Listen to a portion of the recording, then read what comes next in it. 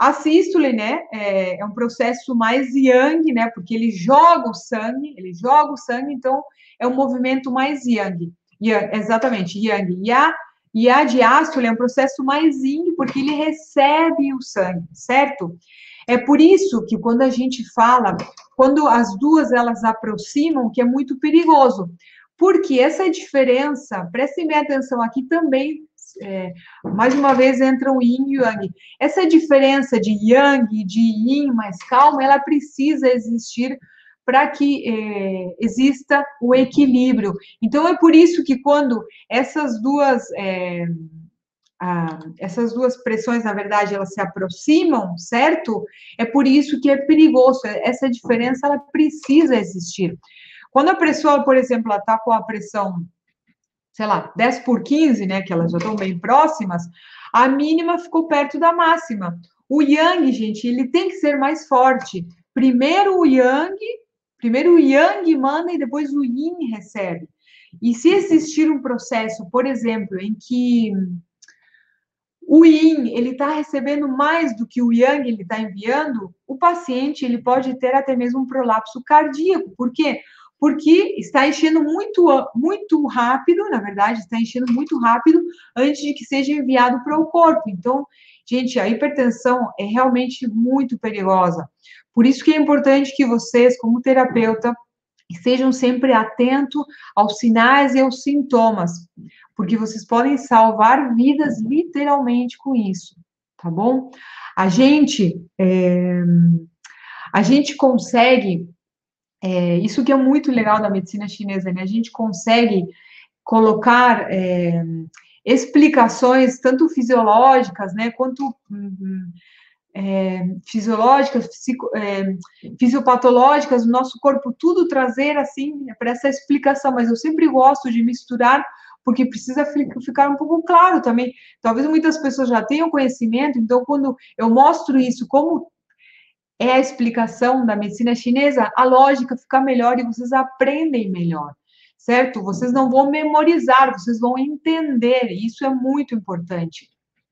Então, gente, assim, ó, quando existe essa movimentação dessas duas energias no nosso corpo, desse yin, dessa energia mais calma e desse yang, isso a gente, quando elas se movimentam no nosso corpo, é que a gente tem saúde. Quando elas param de se movimentar, quando o yin ele para de subir e quando o yang ele para de descer, isso causa uma série de desequilíbrios e de doenças, e não somente hipertensão.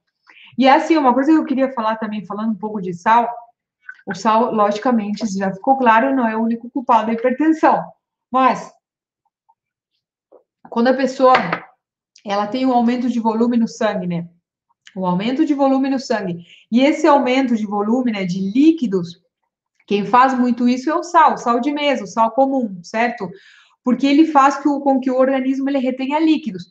E nesse caso, por exemplo, se vocês percebem que a pressão alta do seu paciente, já vou falar sobre os sintomas. Como que eu vou me dar conta se meu paciente ele está a hipertensão alta dele por causa da retenção de líquido? Eu já vou falar alguns sintomas. Se você percebe que o seu paciente ele está com retenção de líquido, isso pode estar causando a hipertensão, gente.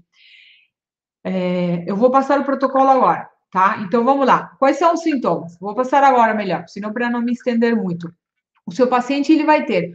Quando o seu paciente ele tem o tipo de hipertensão causada por retenção de líquido, vamos lá, retenção de líquido, opa, aí entrou o vaso, né? Vaso pâncreas. O vaso pâncreas ele é responsável por eliminar o excesso de fluidos do nosso organismo, excesso de umidade. Então quer dizer que aqui vai ter algum pontinho do vaso, exatamente. Nós vamos tratar o vaso. Quais são os sintomas que o seu paciente ele vai ter? Ele vai ter cefaleias, ele vai ter tonturas também, ele vai ter peso no corpo e na cabeça, principalmente porque a pessoa ela se sente um pouco inchada, normal, isso causa sensação de peso, né? Sensação de peso no corpo também e na cabeça, sensação de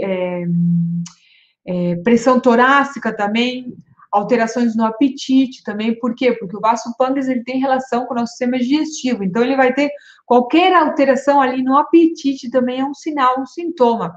Como que vai estar a língua, Ali? A língua do paciente de vocês, gente, vai ter uma saburra branca e pegajosa.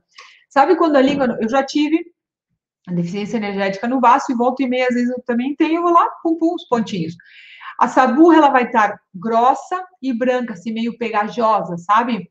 Aí você vai olhar para a língua do seu paciente, ele vai ter uma saburra meio branca, aí você vai perguntar se ele tem essa sensação, assim, que na boca tá meio pastosa. Isso é um sinal de que o vaso pâncreas dele não está conseguindo eliminar esse excesso de fluidos do organismo, ele está com retenção de líquido, e isso pode ser uma das causas da hipertensão.